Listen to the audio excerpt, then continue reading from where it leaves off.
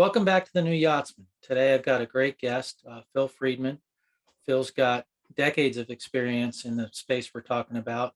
He's been CEO of large yacht companies and been a consultant and a writer, and I'll let him introduce himself as well. But Phil's got a lot of experience for the new Yachtsman.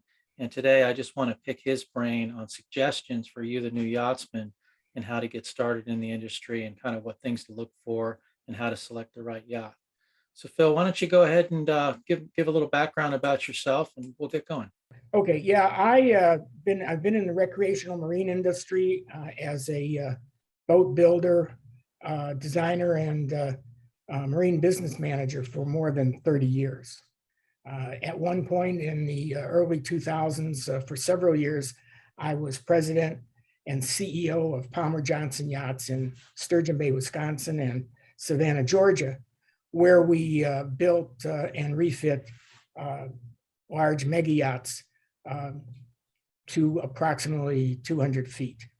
More recently, I've been functioning as the general manager of Marine Manufacturing Group in Paynesville, Ohio, where we build tartan sailing yachts, legacy motor yachts, and more recently, we're going to take on building a line of small trawlers known as sea pipers.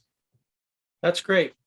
So you new yachtsmen out there, Palmer Johnson was a very high-end, larger yacht builder beyond the scope of this channel, but they were building large crude yachts.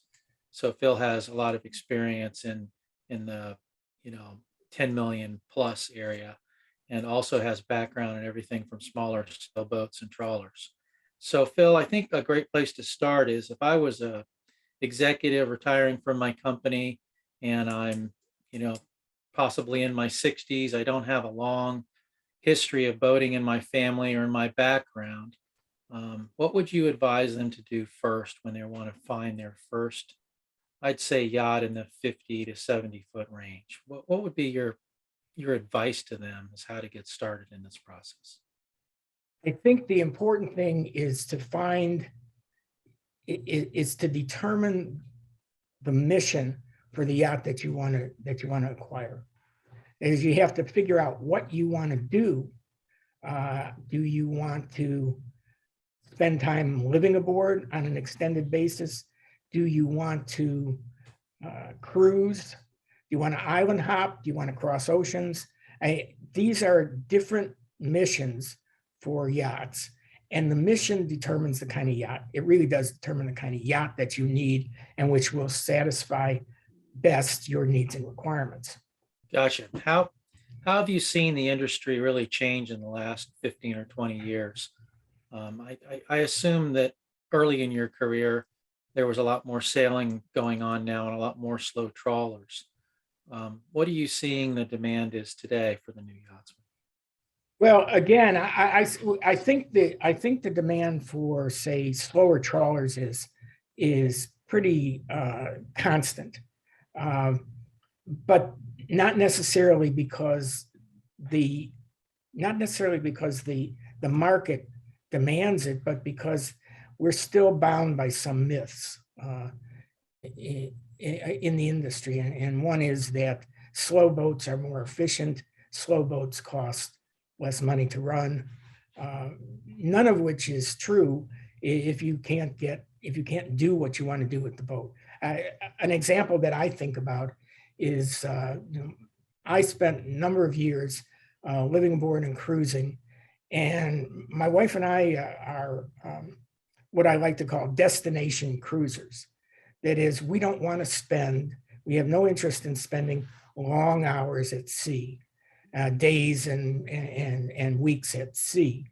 What we want to do is we want to travel somewhere, get there, and then enjoy the local sites and the amenities that we will find at the destination. An ideal long weekend for us, for example, we're based in South Florida. An ideal long weekend for us is to run over to the Bahamas, anchor out for maybe a night or two, but then head to a marina and tie the boat up, go for a lobster dinner and maybe some entertainment later on. Those are the kinds of things we like to do. And so the kind of boat we need has to meet those requirements. I like to, for example, that's not a thing that you could do comfortably, I don't believe anyway, with a 6-knot boat. I mean, I'd rather go from the coast of Florida to the Bahamas in about 3 hours at 25 to 30 knots, and then spend my time over in the Bahamas rather than spend 8 to 12 hours going across the Gulf Stream to get there. That makes a difference. And I think people coming new to boating can often get caught up with the wrong ideas about what they're going to be doing and how to get there, how to achieve the goals that they want to reach. Did it take you and your wife a long time to get on the same page as to what you wanted to do with the yacht? Because I'm always getting kind of conflicting dreams with the new yachtsman. I think the new yachtsman's a little bit of an armchair sailor and maybe has dreams of crossing oceans, and maybe the missus has no desire to spend nights at sea. How do you think's the best way for a couple to realistically approach that? The best way is to do a bit of chartering to decide what you want to do. I mean, you don't have to charter and cross an ocean to figure out that maybe you don't want to spend long hours in open waters. I mean, an overnight trip, across the Gulf of Mexico, or from a couple of points, say from Florida Bay up to the Panhandle, straight across the Gulf, maybe running 50 or 100 miles offshore, will give you a taste of what it's like to be at sea. And I think I can say this confidently: 90% of the people out there who are new to boating will not find that very interesting. It's hours and hours of the same thing. So they're not going to find that interesting. What the interesting part about cruising for 90% of the yachtsmen who are out there are the things that you see along the shore and in harbors.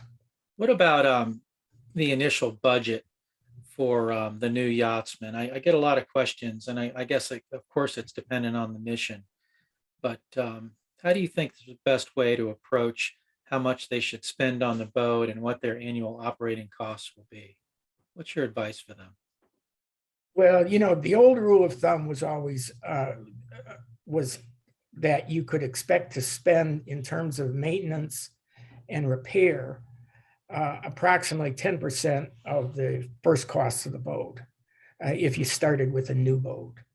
And I think that rule of thumb is pretty good, understanding that in that cost, you have to amortize the longer term expenses as well. I mean, you might not spend 10% of the cost of your vessel that first year, but at some point you're going to have the vessel either repainted, or you're going to have the bottom done, or you're going to have a major repair. So somewhere along the line, that cost is going to go up temporarily. And what you need to do, if you're estimating what your costs are going to be over a period of time, is amortize those costs over those years. Have you seen a big change in the technology as far as higher cruising speeds and the ability to use fuel more efficiently in the last decade compared to what you were doing 20, 30 years ago? Well, the fact of the matter is we haven't seen any real improvements, significant improvements in fuel efficiency when it comes to moving a given load at a given speed. That's pretty well fixed in diesel engines. Specific fuel consumption is pretty well fixed. So what happens here is, if you want to move more fuel efficiently, you have to move at slightly slower speeds. As you try to go faster, the fuel consumption rises at a geometric rate. It's not a linear rate. So if let's say you're running at 20 knots, you'll be using X amount of fuel. At 23 knots, you're not going to be using 20% more fuel. You're going to be using double the fuel you would use at 20 knots. So what you really need to do is to find, for the vessel you've got, you need to find the most fuel efficient point for the loads that you're carrying and what you want to do. For the new yachtsman that wants to go to the Bahamas for the first time, do you think that's something they can do on their own, or do you advise them to hire a captain that knows the waters pretty well first? I would say that for somebody new, brand new, it doesn't hurt to hire a professional captain to take you over on your boat, show you how to enter the harbors, show you how to get across the Bahama Bank. Just getting across the Bahama Bank is an interesting issue because probably in the size range that you're dealing with, that we're looking at, probably not too much of a problem. But if you end up with draft over 6 feet, you find that you can't just willy-nilly cross the Bahama Bank from, say, the coast of Florida to the Bahamas. You have to find areas where you can get across the bank. Below 6 feet of draft, you can cross the bank pretty much with impunity and head directly for your destinations. In general, I'd say that if somebody is completely new or green, that it would not hurt at all to have professional help the first couple of times until you get familiar with what you're doing. When you were at Palmer Johnson and working with the bigger boats, where would you say that a couple, after they get experience, makes that transition between a boat that's suitable to run themselves and where you really need either a first mate or a captain on board? In your mind, what's that vessel look like? The vessel, see, I believe that the breaking point is defined by what you're willing to clean yourself, not run. It turns out, as a matter of fact, larger boats, say if you compare a 40-footer to an 80-footer, the 80-footer is not much more difficult to operate. As a matter of fact, the larger, heavier boats stay better where you put them.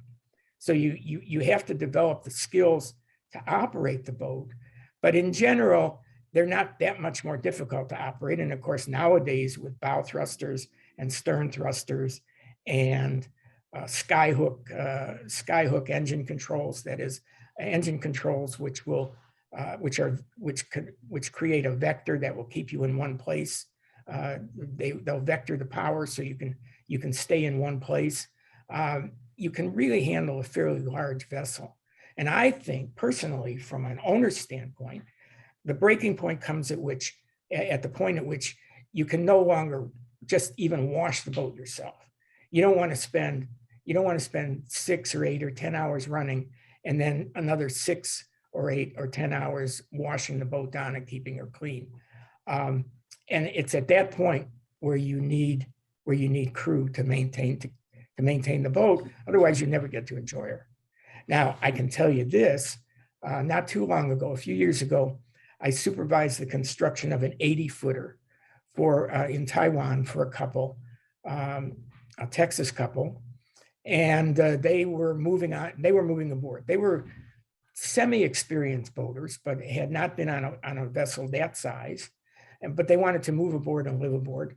And that was the breaking point. We felt that at 80 feet, they could take care of minor cleaning the boat, minor maintenance, but going any larger than that, they would need professional crew. And by the way, they did take professional crew as an insurance requirement for the first 4 months they had the boat. But once they were oriented and had some experience, they went off and they've been cruising now for 3 years, probably almost 4 years, taking care of the boat themselves, running the boat themselves, docking, undocking, and in general taking care of the boat. Now that doesn't mean that they do all the maintenance. I mean, they will hit areas, places where they will hire professional people to come aboard and catch up on maintenance. But I'd have to say they're probably at the edge of that capability. Great. I think that's great advice. I also get a question a lot from the new yachtsmen, where do I start? It's just, there's a lot to get educated on. And I think a lot of new yachtsmen focus on, going to diesel engine school or something. And I always tell them, you're probably not going to work on the diesel engine any more than you work on the engine on your car. But what systems and background would you suggest the new yachtsmen take on first as they get educated in this market? I think, in my experience, new yachtsmen don't spend enough time really becoming familiar with the systems operation on their vessels. I mean, that's where the concentration needs to be. How to turn on the systems, how to use the systems, and how to determine how to do minor troubleshooting. So you find out, you can tell if you really have a problem, or you're forgetting to turn a switch, or you need to reset something that's gotten into a loop. There's a lot of computer control nowadays, and you need to be able to diagnose whether you really have a problem or not. So you'd say like freshwater system, air conditioning system, electrical system, those basic house systems, just becoming familiar with, how they work, and if something's not working, how to trace things back and understand them. Yes. Yeah. Now, not to do a full diagnosis, but only to get back to a point, where you can determine if you need service help. Now, one of the things that's advantageous these days, and one of the things that I would look out for, is a lot of manufacturers are setting up their products with capabilities for remote diagnosis. So what you need to do is to plug your cell phone into a port on the equipment, and the factory can go online and diagnose what's going on, and maybe even give you some instructions on how to fit it, or fix it, or restart it, or tell you, no, we'll have to send a technician out. Thank you very much, Phil. It was very informative. And for all you new yachtsmen out there, please post any questions you have for us. We'd be happy to get back to you. And please like and subscribe. Thank you.